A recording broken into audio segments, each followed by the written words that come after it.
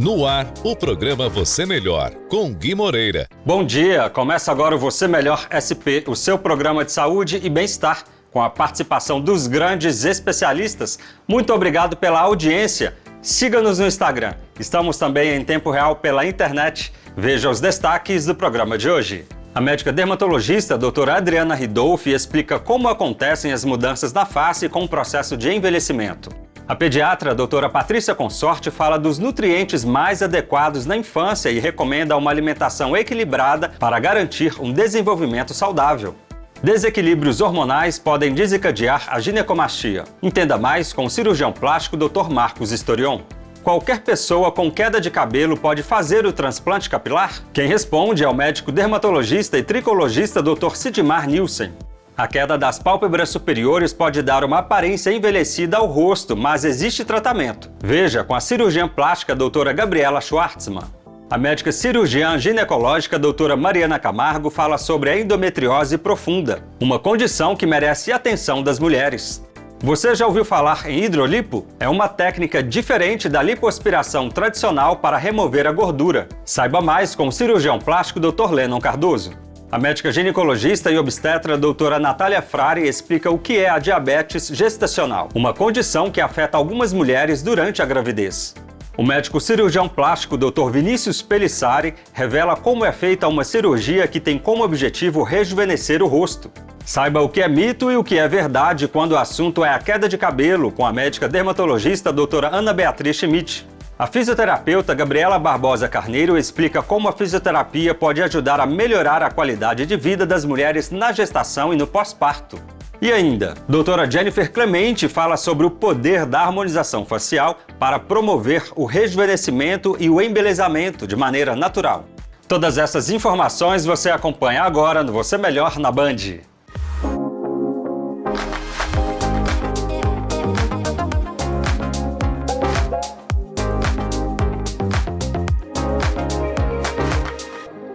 Com o processo de envelhecimento, o corpo passa por transformações. O rosto, por exemplo, é afetado nos contornos, na firmeza e na área dos olhos. Entender o que está por trás dessas mudanças é o primeiro passo para conseguir tratar de forma estratégica. É o que você vai entender agora com a dermatologista doutora Adriana Ridolfi.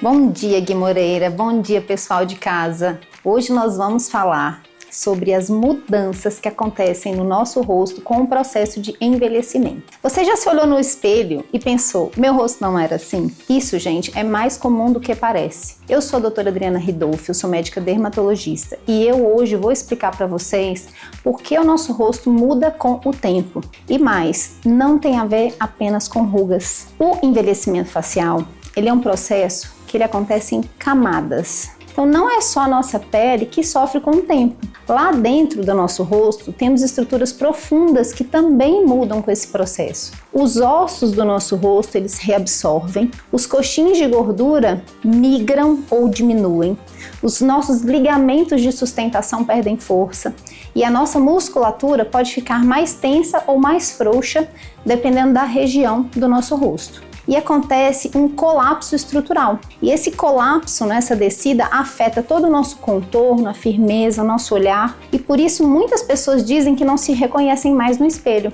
E não adianta tratar, gente, só a superfície da pele. Nós precisamos respeitar a nossa anatomia e atuar com técnica em cada camada.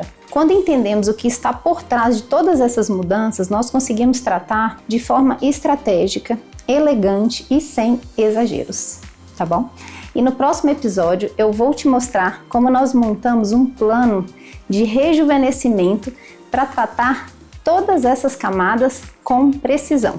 E para você que ficou com dúvida nesse tema e quer saber mais, me siga nas minhas redes sociais e tenha um ótimo final de semana.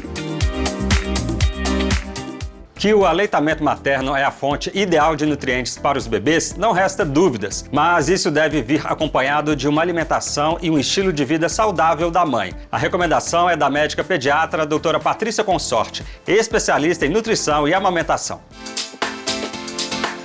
Olá, Gui Moreira. Olá, para você de casa. Vamos falar sobre a importância dos nutrientes adequados na infância? Vamos contextualizar o mundo atual em que vivemos. Índices de obesidade cada vez maiores, crescimento nos diagnósticos de transtornos do neurodesenvolvimento, aumento dos índices de câncer e doenças crônicas não transmissíveis pelo envelhecimento da população e o aumento de uso desenfreado de agrotóxicos conservantes na comida e nos suplementos. Um dos grandes pilares que temos na literatura médica é a importância dos bons hábitos alimentares para a saúde. E quando falamos de saúde da infância, temos que voltar inclusive na qualidade de saúde daquela mãe, bem antes que ela engravidasse, e focar principalmente na grande janela de desenvolvimento neurológico que temos até os 2 anos. Sabemos atualmente que o aleitamento materno ainda é a melhor fonte incomparável de nutrição para esse bebê. Porém, essa mãe precisa alimentar-se bem e ter seus estoques de micronutrientes adequadamente avaliados. Juntamente a isso, as crianças precisam sim de suplementação de qualidade, que pode muitas vezes ser iniciada na lactante. Nossos índices de fome oculta em crianças estão crescendo cada vez mais, ou seja, você pode olhar e achar que o seu filho está saudável, mas não são só curvas de crescimento que mostram a qualidade da saúde do seu paciente. O desenvolvimento motor, a fala, o sono, irritabilidade, dores, alergias, intolerância e alterações de aprendizado são essenciais na avaliação da saúde do seu filho. Nada substitui os bons hábitos alimentares, mas estamos cada vez no mundo de medicina de precisão. Precisamos olhar para o nosso paciente de forma individualizada, sua genética e seus hábitos para ajudá-lo a atingir seu pleno potencial. Por hoje, nossa conversa fica aqui. Um abraço e até o próximo encontro. A ginecomastia é uma condição que afeta muitos homens, causando um aumento anormal das mamas. Entenda mais com o cirurgião plástico Dr. Marcos Historion. Aqui comigo o médico cirurgião plástico Dr. Marcos Historion, ele que veio falar sobre cirurgia das mamas. Não é isso, doutor? Bom dia. É isso aí, Gui. Muito obrigado pelo convite. E hoje nós vamos falar sobre mamas, que é um tema tão importante, é uma parte do corpo que mexe muito com a cabeça das pessoas, né? E nós vamos esclarecer sobre cada um deles. Doutor, para começar, responde pra gente quais são as causas mais comuns da ginecomastia. Certo. A ginecomastia, né, que é o homem, que se identifica como um homem que tem o crescimento de mamas com aspecto feminino. Então, esse paciente, em geral, ele se incomoda porque começa a marcar na camiseta, às vezes está relacionado com o uso de esteroides anabolizantes, em alguns casos, e também com obesidade. A gente tem 2 tipos principais de ginecomastia, que é a ginecomastia verdadeira, que é aquela em que é o aumento da glândula, e aquela pseudoginecomastia, que é quando o paciente é obeso ou pós-obesidade, Gui, e que fica com uma mama residual. Certo, doutor. E como funciona aí essa cirurgia? Então, Gui, essa cirurgia depende muito da necessidade do paciente. Quando é gordura, a gente faz a lipoaspiração daquela área, né? E quando é glândula, por uma pequena incisão, em geral, ali na própria região do mamilo, que fica praticamente invisível depois, a gente faz a remoção dessa glândula. Em alguns casos, a gente faz combinado, tanto a lipoaspiração quanto a remoção da glândula. Doutor, e como é a cirurgia para pessoas transexuais que desejam aí fazer a redução das mamas? Então, Gui, a procura por homens trans para realizar essa cirurgia é cada vez maior. A cirurgia é bem parecida com a da ginecomastia, só que com alguns detalhes que a gente tenta deixar o mais masculino possível. E isso, em geral, já está associado a algum tratamento hormonal, né? Ele já tem um super músculo ali por baixo que a gente precisa evidenciar, tirar a gordurinha, tirar a glândula, e em geral fica muito bonito. Quando o paciente tem boa cicatrização, isso fica praticamente perfeito. Doutor, e agora o contrário, né? Como que funciona aí a cirurgia de feminização? E daí é a cirurgia em que a gente vai colocar um implante nas mulheres trans, né? Então é muito interessante, às vezes, né, como algumas gostam de um implante maior, muito grande, eu recomendo fazer em 2 etapas, ou seja, a gente põe um menorzinho primeiro, para dar tempo da pele acomodar, para não ficar com aspecto de estria, essas coisas, e depois logo, dentro de 1 ano, 6 meses, a gente já troca por um maior. Tem gente que, assim, não quer se submeter a 2 cirurgias, então a gente faz uma só e passa muito creme e reza para não aparecer uma estria, né? Mas o aspecto muda totalmente, fica muito lindo, fica uma mama com aspecto feminino mesmo, Gui, fica muito interessante. Eu conversei com o médico cirurgião plástico Dr. Marcos Historion. Doutor, muito obrigado pela sua participação aqui no Você Melhor. Eu que agradeço, Gui. Muito obrigado pelo convite e convido a vocês aí de casa, se gostarem do meu trabalho, quiserem seguir aí nas redes sociais, ver meu site, tem muita informação, minha equipe está sempre pronta para responder e será um prazer vê-los em breve aí. A perda de cabelo é um problema que afeta homens em todo o mundo. A alopecia androgenética, também conhecida como calvície, é uma das principais causas dessa condição. Mas o transplante capilar pode resolver essa questão, conforme explica o dermatologista Dr. Sidmar Nielsen. Bom dia, Gui Moreira. Bom dia a você que está nos assistindo de casa.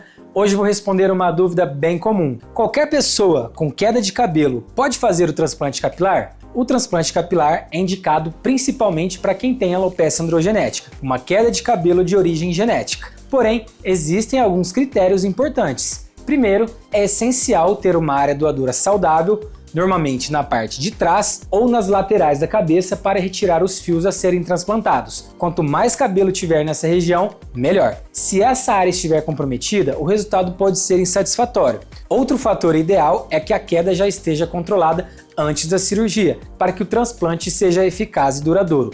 E existem outras condições que causam queda de cabelo, como doenças ou deficiências nutricionais. Nesses casos, precisamos tratar a causa antes de considerar o transplante. O transplante é uma excelente solução, mas deve ser feito no momento certo, para garantir um resultado natural e duradouro, e o primeiro passo é sempre uma avaliação completa da sua saúde para entender se você é um candidato ao transplante ou se passar por algum tratamento capilar antes. Por hoje, nossa conversa termina aqui. Não deixe de me seguir em minhas redes sociais. Nos vemos no próximo encontro. Até lá! As pálpebras superiores desempenham um papel fundamental na proteção dos olhos e na expressão facial. Com o passar do tempo, ocorre a formação de bolsas de gordura sob as pálpebras superiores, trazendo uma aparência de cansaço. Mas é possível melhorar essa condição, segundo explica a cirurgiã plástica doutora Gabriela Schwartzman. Olá, Gui Moreira! Olá, pessoal! Doutora Gabriela Schwartzman aqui, cirurgiã plástica de Ribeirão Preto. Vou contar para vocês uma coisa. Você sabe que tem muita gente que se incomoda com a pele da pálpebra superior. Às vezes está atrapalhando a visão, ou às vezes é só um incômodo estético. O fato é que, normalmente, esses pacientes eles buscam pela plástica de pálpebras. Só que nem sempre o problema está realmente nas pálpebras. Muitas vezes é um supercílio que está mais baixo e que a correção do supercílio para a posição anatômica dele faz essa correção já da pálpebra. Em muitos casos a gente tem as duas situações, o supercílio que precisa ser reposicionado e a pálpebra que realmente precisa de redução, ou seja, a cirurgia de blefaroplastia. Então, quando a gente fala nessas duas cirurgias, a gente está falando primeiro no lifting de supercílios, que pode ser feito por cicatrizes dentro do cabelo ou por um cortinho no próprio supercílio, aí depende muito de cada tipo anatômico. E a própria cirurgia de blefaroplastia, que deixa uma cicatrizinha bem no sulco palpebral, ou seja, nessa dobrinha que a gente tem para ficar bem escondidinho. Essas cirurgias são cirurgias de rápida recuperação, podem ser feitas até com anestesia local e sedação, e que promovem um rejuvenescimento muito bonito do olhar. Fica essa diquinha de avaliação, que muitas vezes realmente é a posição do supercílio que vai dar a correção estética que a gente está buscando. Esse é tudo por hoje, pessoal. Espero vocês na próxima sessão. A endometriose profunda é uma doença crônica que afeta milhões de mulheres em todo o mundo, caracterizada pela presença de tecido endometrial fora do útero e pode causar dor intensa, infertilidade e outros sintomas debilitantes. Mas existem tratamentos disponíveis. A médica cirurgiã ginecológica doutora Mariana Camargo traz as informações.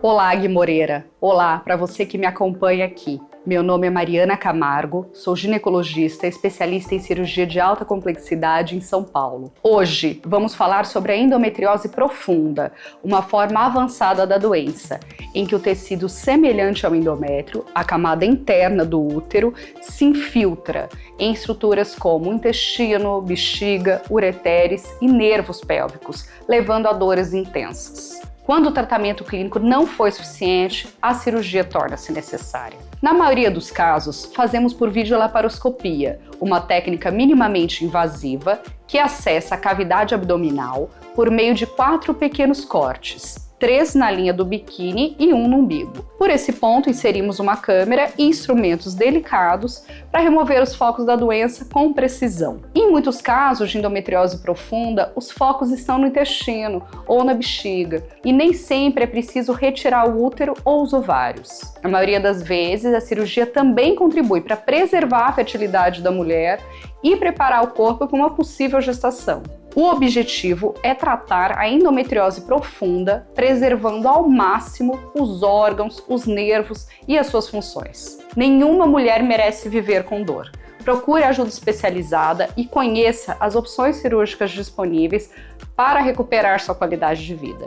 Por hoje, eu fico por aqui. Um abraço e até o nosso próximo encontro.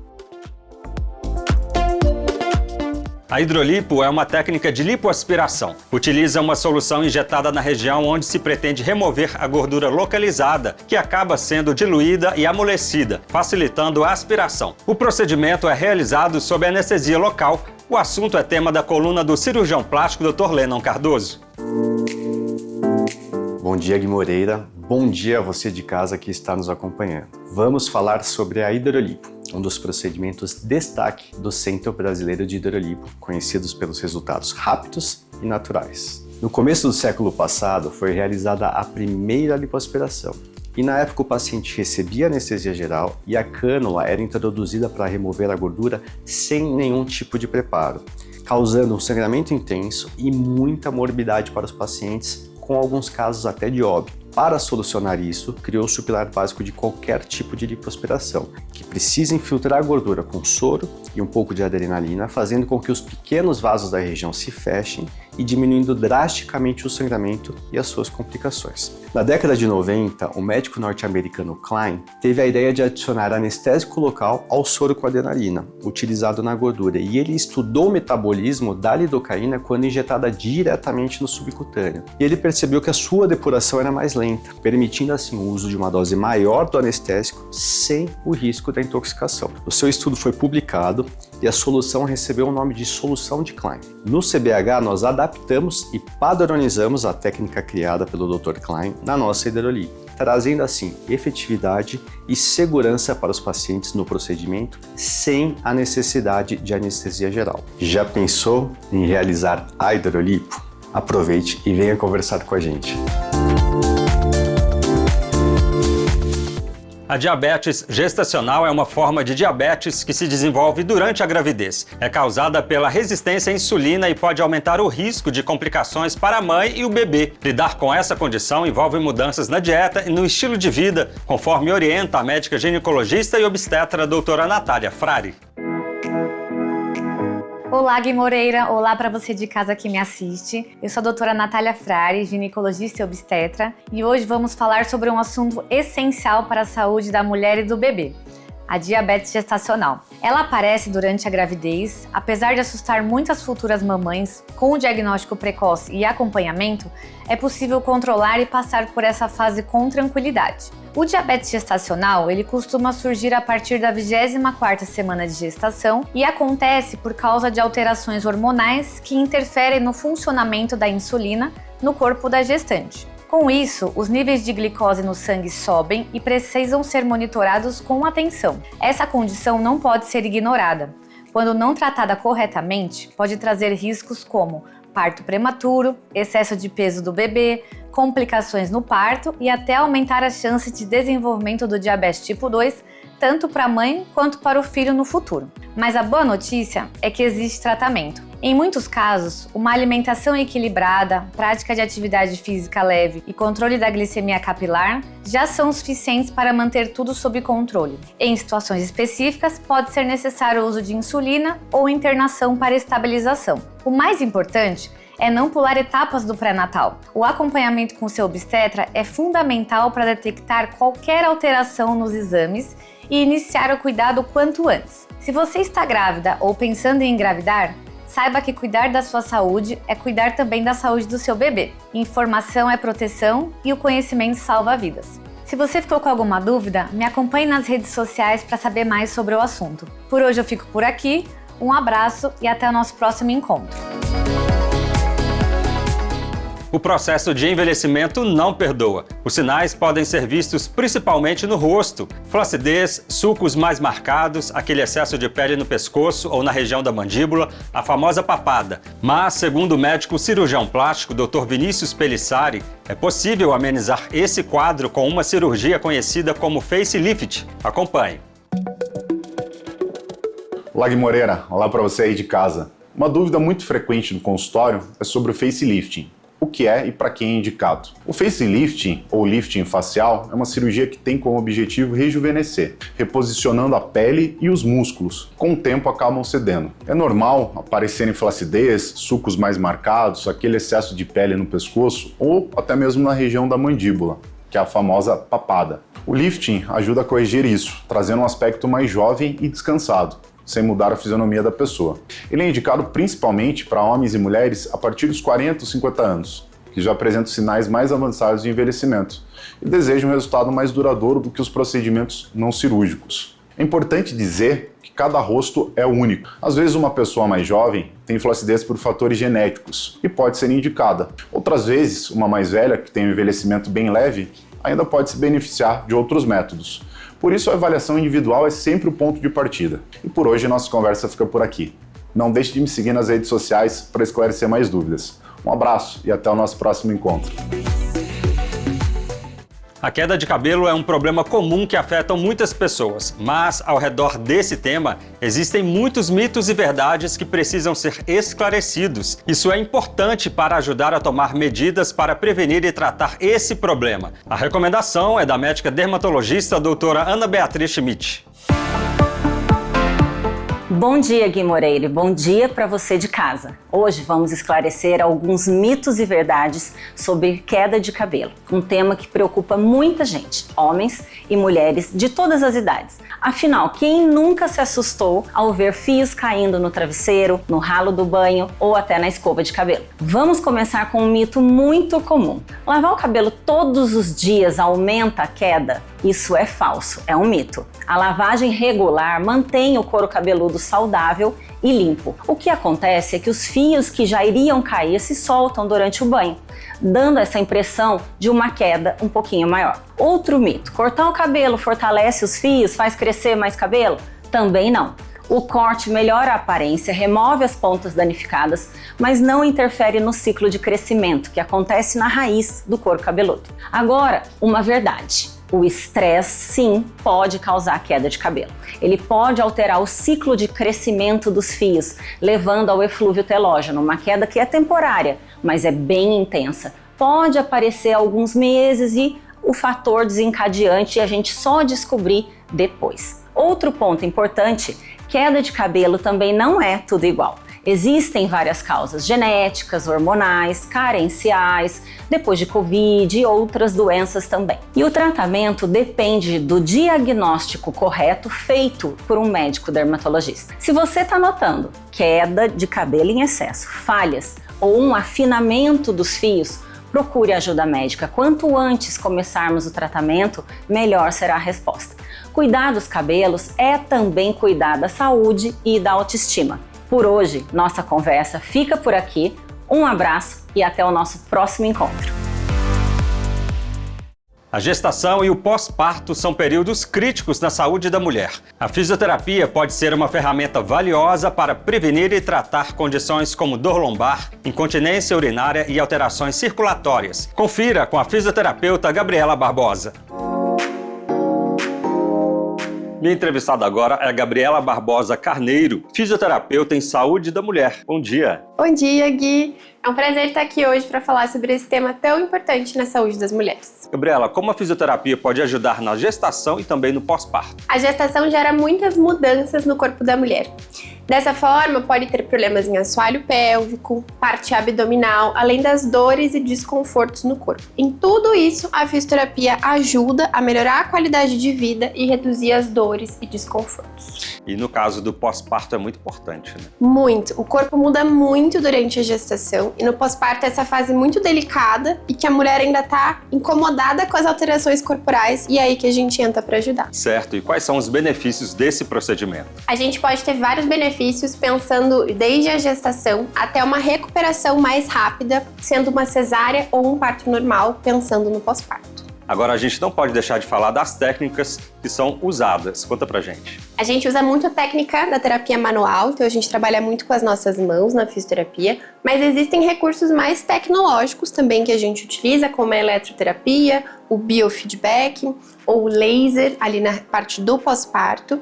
Então a gente engloba tudo isso para trazer ali o melhor bem-estar para essa mãe. Ou seja, é uma gama de intervenções que vai somar ali no resultado final, não é isso? Exato, eu sempre reforço para as minhas pacientes, não é um recurso ou, por exemplo, uma forma de intervenção que vai dar o resultado que a gente está buscando. É sempre um conjunto, uma soma das nossas técnicas. Gabriela, para finalizar, deixa uma dica especial aí para as nossas telespectadoras, elas que estão pensando aí em fazer essa fisioterapia. A fisioterapia em saúde da mulher tem diversos benefícios e não tem contraindicações. Então, se você está pensando em procurar uma fisioterapeuta na sua cidade, não tenha medo. Geralmente gera um pouco de dúvidas por ser uma coisa nova, mas ela só tem a te trazer benefícios. Gabriela, ótimas informações. Muito obrigado pela sua participação aqui no Você Melhor. Agradeço muito o convite do Gui e da Band em estar aqui para falar sobre esse tema tão importante. E se você quer saber mais sobre o meu trabalho, entre nas redes sociais e confira. Tenham todos um ótimo final de semana. A harmonização facial tem o objetivo de deixar o rosto mais harmônico, restaurando a aparência jovem e saudável da pele. Para isso, são usados procedimentos não invasivos ou minimamente invasivos. A técnica pode incluir o uso de toxina botulínica, preenchedores faciais, estímulo de colágeno e outros procedimentos, conforme esclarece a doutora Jennifer Clemente. Bom dia. Bom dia, Gui. É um prazer estar aqui no programa. Para começar, responde pra gente quais são os principais objetivos da harmonização facial. Hoje, Gui, nós temos uma questão com a harmonização facial que muitas pessoas acreditam que a harmonização se trata de preenchimento com grandes volumes de produto. E eu tô aqui hoje para desmistificar isso. A harmonização se trata de qualquer procedimento que a gente faça e que a gente venha harmonizar um rosto. Então não se trata somente de preenchedores. A gente vai trabalhar o rejuvenescimento, a gente vai trabalhar a prevenção do envelhecimento e nós conseguimos ter resultados muito bons, principalmente se nós pensarmos em resultados a médio e longo prazo, que é o que eu, como profissional da área, gosto muito de trabalhar. Agora, para finalizar, conta pra gente quais são os principais tratamentos aí para rejuvenescimento facial, o que vem de novidade por aí? Hoje a gente está com uma gama de tratamentos aí, pensando na naturalidade, principalmente nos tratamentos focados para a pele, pensando na biorremodelação dos nossos tecidos, das nossas células. Então, muita gente já deve ter ouvido falar aí do PDRN, que é um produto extraído do DNA do salmão, do esperma do salmão. Esse produto vem para a gente poder fazer aplicações no nosso rosto, onde ele vai melhorar aquela célula que está envelhecida, que tem manchado a pele, que está inflamada. Com isso a gente consegue um resultado muito bom. E aí nós temos também outras tecnologias, né? A gente consegue protocolos muito bons com o nosso ultrassom micro e macrofocado, junto no mesmo dia com um bioestimulador de colágeno, que a gente consegue ter um resultado maravilhoso, além dos exossomos também, que vem nessa ideia de rejuvenescimento. Então, assim, o que a gente tem visto hoje é que a tecnologia dos procedimentos vem para trabalhar o envelhecimento como se ele fosse uma doença. Então, a gente vai cada vez mais ver daqui para frente procedimentos que a gente vai trabalhar essas células para rejuvenescer essas células e a gente conseguir um resultado muito bom. Muito obrigado pela sua participação aqui no Você Melhor. Eu que agradeço, Gui, o convite. E você aí que acabou de ver a nossa entrevista e quiser saber um pouquinho mais sobre todos esses temas, eu tenho conteúdos semanais no meu Instagram e você vai ficar sabendo de tudo em primeira mão. Então conheça mais, venha conhecer nas minhas redes sociais o meu trabalho. O Você Melhor SP de hoje vai ficando por aqui. Para rever nossas edições, escaneie o QR Code que está aqui na tela. Você Melhor, os grandes especialistas passam por aqui. Nos vemos na próxima semana aqui na tela da Band em São Paulo. Até lá!